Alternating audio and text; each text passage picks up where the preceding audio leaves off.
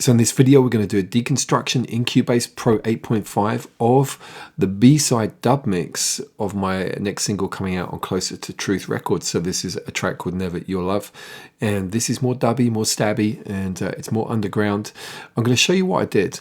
If we come up to the media window, I'm going to come to the media bay. You're going to see a collection of waveforms here. Now, what I did was that I bounced these out as individual tracks from the original mix. Okay, so let me just show you here. You're going to see the waveforms. So these are the parts.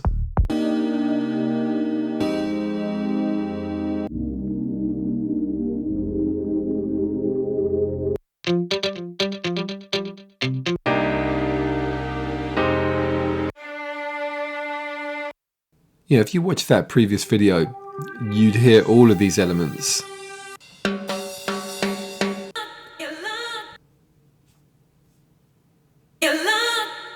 So what I did was, I treated this as if somebody else had given me the mix and I wanted to do a new interpretation. So one of the things that I did was to take those musical elements and cut them up. And I started off actually with Maschine. Okay, so there are some elements in here that were programmed in Maschine first, and then I brought everything through to Cubase after. So let me just play this, and as I did with the other version, I'm going to go through this and explain some of the things that are going on. So you can see the programming here for the beats. It might be useful actually just to show you. So this is all MIDI on one track, okay, but look down below, there is an audio track here, and this is the complete beats output from Maschine. All right, so this is going to come clearer if I show you. And the Maschine interface is on my other monitor here, so let me bring this over. So we're listening to the beats, and this is coming through as a group here. And if I double click on that to expand it, you can see all of these. And these are actually those F9 909 samples. So the Freemasons, they put this sample pack together. It's a really good collection of 909 samples. So I used that so as a kit. And let me just play this for you again. So you can see these individual drum elements. These are all running through the A1 group. And the A1 group is coming through on my beats fader here. You can see some of the other elements coming in. The sweep synth. So that's been programmed as a new element on here. Adding on sonic again. Ascending sweeps.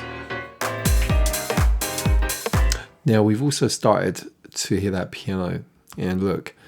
These are not chords, are they? They're single notes, and that's because I took the chords that I played on the original, I bounced them out as audio, remember, and I've imported the audio into Maschine. So I'll show you here. Here's a piano, and this is sliced up. So I used the slicing capability of Maschine. Let's have a look.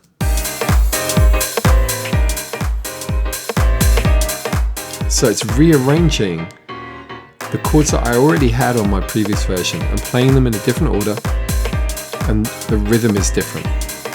It's very common when people do remixes that they would do this sort of thing. So that's what's going on there. And these are coming through on their own output. So you can see the piano here. And let me just have a look. So here we go.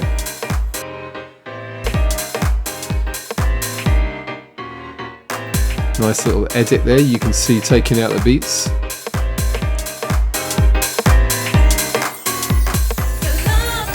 Wind chimes once again.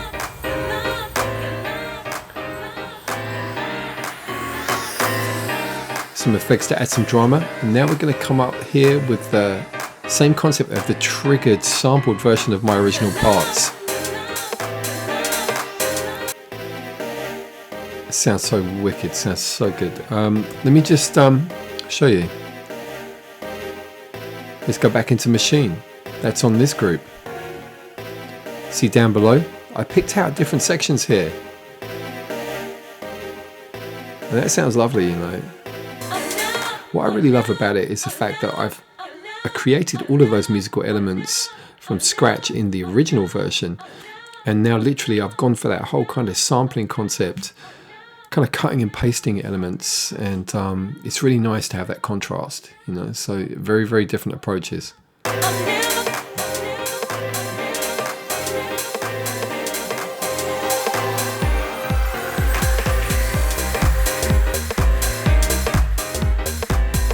Okay, bass line. This is in Maschine, but it's actually, the sound is coming from Razor.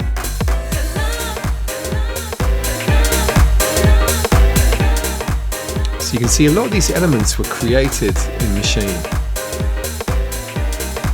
But I brought through the MIDI data into Cubase, and I routed the audio into the mixer separately.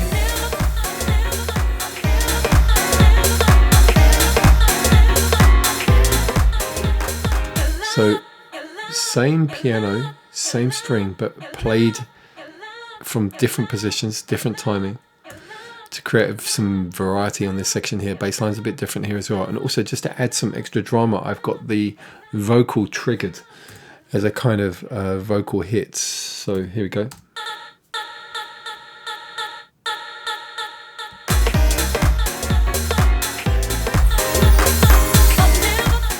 To add some real nice extra drama there. So let's keep this going.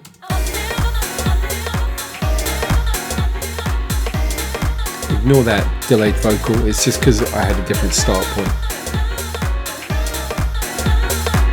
It's got very high feedback on it.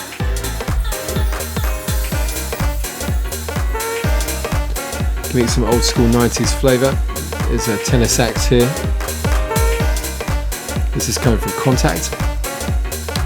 Tenor saxophone patch.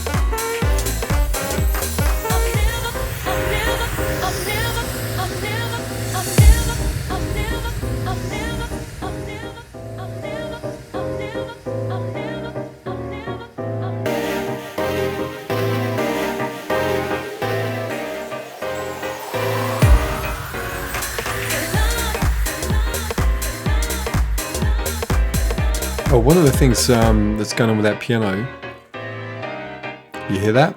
That's a flanger. So it adds a real lovely movement. Let's take it off. I mean, it sounds great without it, but I really like the kind of futuristic edge that it brings when it's on. And you heard, of course, there was some filtering going on in that breakdown section. That's a dual filter here. I'll bring this one over. See the position changing. So it's all done with the automation.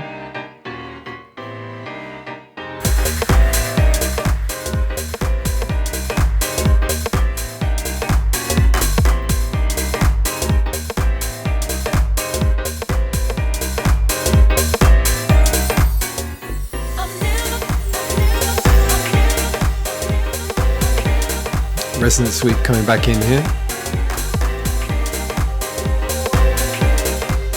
And then for the new section, we've got some high strings.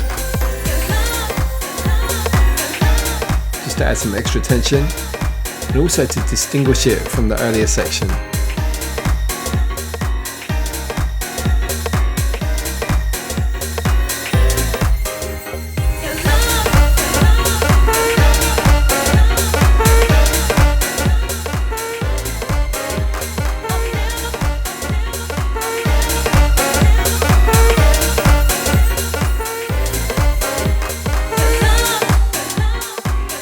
You know, we're bleeding out for DJ here, but it's got one of those sneaky kind of extra beat things going on here.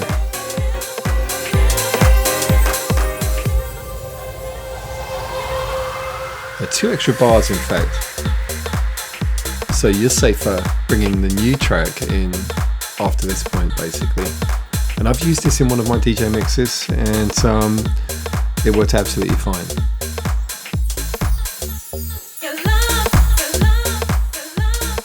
So certainly we'd expect a new tune in a DJ mix session to be coming in about now.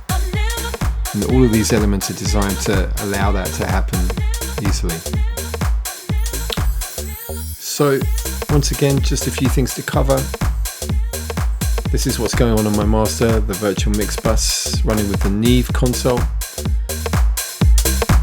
The VBC Grey, okay, bus compression. Virtual tape machines again to give it some 90s flavour. And then the limiter, FGX, once again only using the gain control, average of about -10 dB RMS. So that's about it. I'll stop it there. If you guys have got any questions, give me a shout. But you know, the key thing here is the fact that I took the audio exports from the tracks from the original mix, you know, so having these as remix parts, cut them up, rearranged them, and built the track idea that way.